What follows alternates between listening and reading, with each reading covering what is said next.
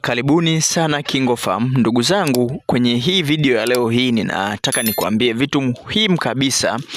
Labda unataka uandae tiba kwa ajili ya kuku wako, iwe tiba yoyote ile, lakini kuna vitu muhimu sana wafugaji wengi huwa hawavizingatii kwenye hizi tiba za asili, na hivyo kufanya tiba zinaonekana kama vile hazifanyi kazi. Kumbe tu ni vitu muhimu vidogo vidogo tu ambavyo ninakwambia kwenye hii video unaweza usivizingatie na vikakuletea shida. Kama unavyoona hapa, na hii hapa tiba ya asili, lakini pia nina makopo haya hapa matatu ya maji, na nina kopo dogo lile pale la maji. Hapa na watengenezea vifaranga wangu chanjo. Nina vifaranga 200 wasaso hapa, unaweka haya makopo matatu, lakini pia nina vifaranga wa kienyeji wapo kama 20 hivi, ninawawekea kopo dogo lile pale. Na leo nimeamua nije na huu mchanganyo hapa.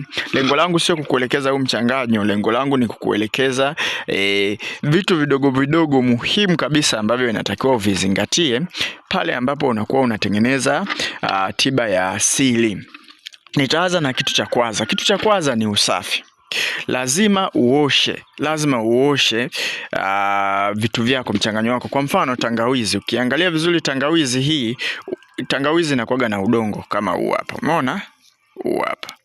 Kwa hiyo usipoosha hii tangawizi maeneo yote, na unaweza kaosha labda juu tu, inatakiwa kuna maeneo kama haya unakata kabisa hivi, ukikata hivi unaosha, yani hakikisha haina udongo hata kidogo. Umeona, hiki ni kipande cha aloe vera. Hiki kipande cha aloe vera ni kichafu, inatakiwa kioshwe. Kwa hiyo tiba ya asili inatakiwa ioshwe tena kwa maji yanayotiririka vizuri kabisa, kwa maji ambayo yanatiririka. Kwa hiyo hiki ni kitu muhimu sana. Usije kama hapa ukaenda kwa blend tu, hapo utakuwa hujatengeneza tiba ya asili, bali unakuwa umetengeneza sumu kwa kuku wako, kwa sababu umechanganya na udongo. Kitu kingine ambacho ni muhimu sana cha kuzingatia, tiba za asili inaandaliweje? Yaani hii tiba ambayo unaiandaa, je, inatakiwa ichemshwe kwenye maji, inatakiwa ubrendi, au inatakiwa uanike uitumie kama unga? Kwa hiyo lazima ujue. Yaani usije ukaona tu labda kwa mfano hili toto la ndizi ukaenda tu ukachemsha, kumbe hii haitakiwi ichemshwe. Labda tangawizi unaenda ukachemsha, kumbe hii haitakiwi ichemshwe. Kwa hiyo zipo tiba ambazo unachemsha.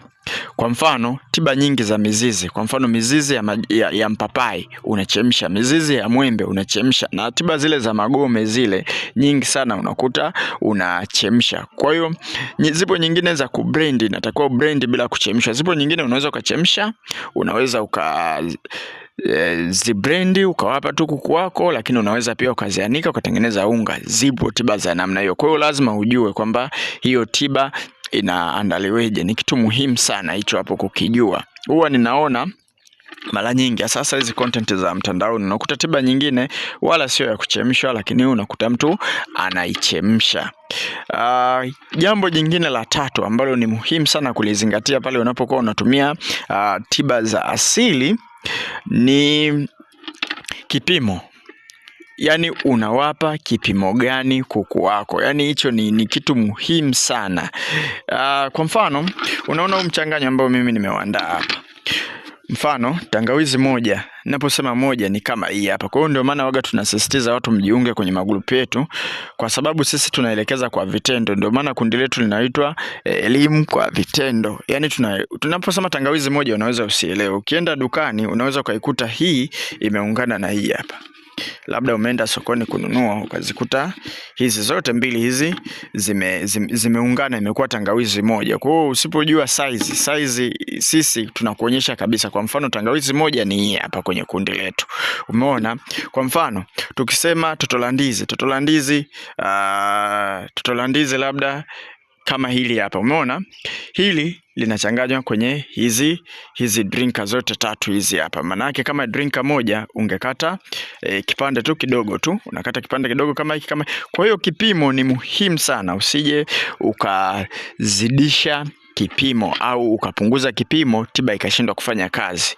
Pilipili waga tunaelezea pilipili inatakiwa ziwe 5. Pilipili za aina gani lazima ujue, umeona? Kwa hiyo ni muhimu sana kwenye ishu ya kipimo. Unaweza ukawa unazisikia tiba za asili sehemu hujui zinawekwa kwa kipimo gani, kwa kiasi gani, ukawa wewe unachanganya unawapa kuku wako ukasema tiba za asili hazifanyi kazi, kumbe wewe mwenyewe unakosea kipimo au ukazidisha. Kwa mfano, kuna mkaa ni tiba nzuri sana ya unga ule wa mkaa ni tiba nzuri sana, au ujivu tiba nzuri sana ya kideli, lakini ukizidisha kuku wako wanakufa. Yani unawaua kabisa kuku wako ukizidisha kipimo ambacho kinahitajika. Kwa hiyo hivi vitu usikurupuke kwenye kipimo, lazima ujue kinapimwa kiasi gani.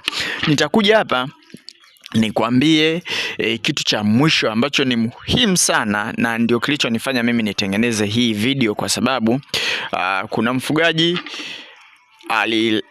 alipata madhara na hicho kitu. Lakini kabla sijakwambia, nikukumbusha tu sisi KingoFarm tuna vitabu ambavyo vinatoa elimu ya ufugaji, jinsi ambavyo unaweza ukawafuga kuku aina zote, chotara, wa mayai. Yani tunavyo vitabu, tuna vitabu kama 5 hivi, na cha 6 ni cha kutengeneza incubator. Kwa hiyo unaweza ukaona kutengeneza hizi tiba za asili, vipimo vya tiba za asili, kuwalea kuku wa kienyeji, kutengeneza chakula, vyote tunavyo na tumevifanyia majaribio ya kutosha. Sisi pia ni wafugaji, unaweza ukaona hapa tupo shambani. Kwa hiyo vitu vinafanyika kwa ushahidi kabisa. Kwa hiyo vitabu vyetu gharama yake ni shilingi 10,000 na ni soft copy na kutumia kwa njia ya WhatsApp.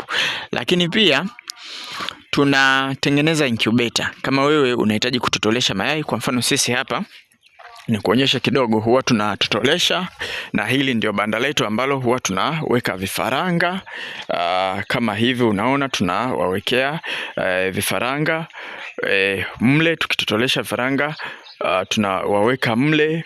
Kwa hiyo unapata incubator kwa gharama nafuu kabisa na zinafanya kazi vizuri kabisa. Lakini pia tuna group la WhatsApp ambalo kujiunga ada yake ni shilingi 8,000. Sasa nataka nikwambie kitu cha mwisho ambacho ni muhimu sana kukizingatia. Hiki kitu cha mwisho, usichanganye dawa ya asili, tiba ya asili na tiba ya dukani kwenye kopo moja. Kuna mfugaji ambaye yeye kuku wake walikuwa wanaumwa mafua, akaenda akanunua Tylodox Extra. Akaja kwetu akatuuliza mchanganyo wa asili wa kutibu mafua yupo kwenye kundi. Tukamwambia vizuri kabisa kwamba unachukua hiki na hiki, unawatengenezea kuku wako, utawatibu mafua. Yeye akaja akavichanganya vile vitu viwili. Baada ya kuchanganya, wale kuku wakaanza kutoa udenda, wanakufa, akiangalia ndani maini, nyongo vimevimba. Jamani, kila kimoja hapo kina kemikali. Zile kemikali zikienda zinaweza zikareact vibaya.